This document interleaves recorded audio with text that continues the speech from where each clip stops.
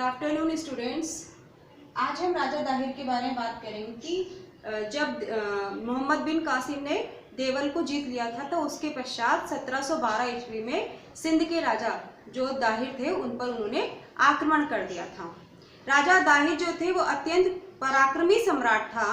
उसने अपनी पूरी शक्ति से कासिम की सेना का सामना किया। राजा दाहिर का जो हाथियों की सेना तो लोहे की दीवार सी लगती थी, इतनी उनकी बहादुर सेना थी।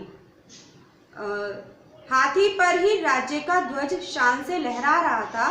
सैनिकों को फहराता हुआ जो ध्वज था वो ये प्रेरणा देता था कि जो हमारा राजा है वो हमारे साथ है और हमें अपनी दुगनी शक्ति से उनसे लड़ना है। राजा दाहिर का हाथी जो पत्थर बरसाने वाली तोप थी उसकी चपेट में आ गया और वह बुरी तरीके से घायल हो गया और वो चिंगाड़ता हुआ भागा। राजा दाहिर ने उसे रोकने की बहुत कोशिश की परंतु हाथी रुका नहीं।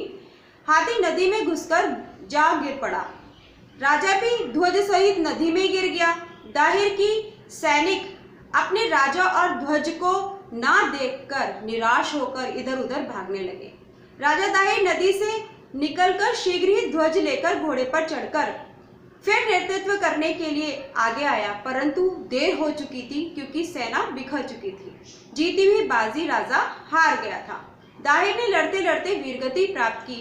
राजा दाहिर के बाद वहां की रानी और दाहिर की वीर कन्याओं सूर्य और परिमला ने किले में बचे सैनिकों की कमान संभाली।